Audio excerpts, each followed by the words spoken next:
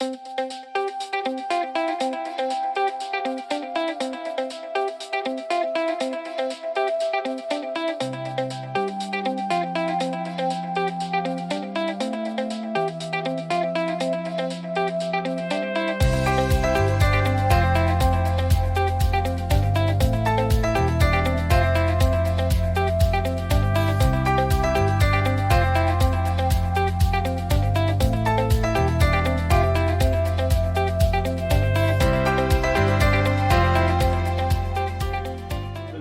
a popular method in this country of, in primary schools, they say 2 stars and a wish. So that in every piece of work, here's 2 things I like and 1 thing I wish you'd done. The teacher does. Exactly. Makes the response 2 stars and a 2 wish. stars and a wish. What do you reckon of that? On every piece of work. I like that because no work is perfect and no child should go away thinking there's nothing I have to do in the future. It's not a criticism necessarily. It could be, all right, how are you going to stretch yourself the next time? It's a lot of work for the teacher. Yeah. It is. 2 stars and a wish on every piece of work. Does it become less work and perhaps the next stage in the journey if the child can over time internalize what do I like about my work and what do I need to do better to improve to make the next move forward?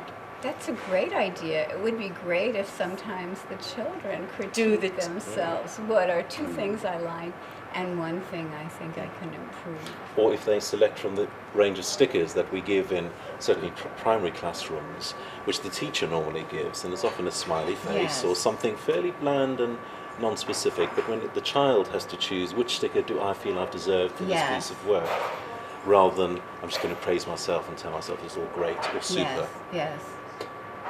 But I worry about this 2 stars and a wish idea because I think it's nice sometimes to think, good job, I did a good job, rather than, but I should have done this. No, and then every next piece of work is, but I should have done that, which is the wish bit of it. The wish doesn't have to be a criticism of what you've done in the past. It's not, but here's what you did wrong.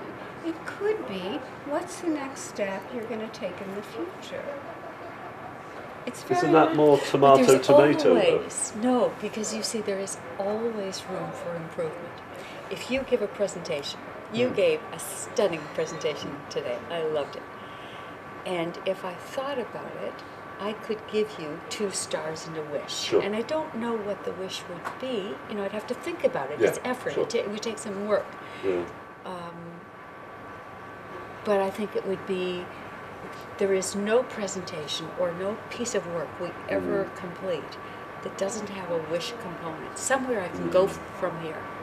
And it doesn't mean it wasn't fantastic. And it also doesn't mean there was something wrong with it. It could be something about, okay, a year from now, how would you like that talk to have grown? Yeah. Where would you like it to have gone? Sure. That could be the wish. Now, I would very much invite that sort of thing, and I thrive from that. But we're colleagues. Right. For a parent to say this to their child, what you could think about next. Now, why would the parent be doing this? Well, indeed, and if the kids are thinking, will you just say that you were happy, full stop, end of story? Is there something there, James, where we might be wondering, why does the child need so desperately this external agent to tell him that he's done well? If he was really driven by the process of the learning and immersed himself or herself and found this a passionate learning experience, do I really need even someone that I value, like a mum or a dad or my teacher, to tell me I've done well, if the alternative is to give me the tools to evaluate that for myself? Do I really need to make you happy? If I have to do that for the rest of my life, aren't I always going to be looking to make someone else happy for me and not feel that I need to look within myself? You know, am I getting satisfaction from this? But I'm a dad, as you know, of young children. Sure. So if I want to avoid my children looking to me to praise, do I not give them the praise What did you so enjoy that they about don't? What did you enjoy about that? Yeah, to make it questions Did you like that? instead Was of it easy? so that your response is not one of praise or criticism. It was maybe, well, I had fun today. What did you think about your performance on the football field, or whatever it is? Which you do naturally, perhaps not the right word, which you learned as a skill in a philosophical inquiry. Yeah. It's not up to us as the facilitator To make the judgment. That's a profound thought, Joel. It's kind of, what did you mean by that? Yeah. Or could you explain, give me an example of that, which is specific to the concept, the idea, the interrogation of the issue, but it doesn't need us to let that child know that that's a brilliant thought, which might take that power away from the child, or his peers, or her peers. So it's moving away from judgment. Is that? That's right. Moving judgment is the hallmark of a fixed mindset. Right. The whole thing is about judging and being judged. Yeah.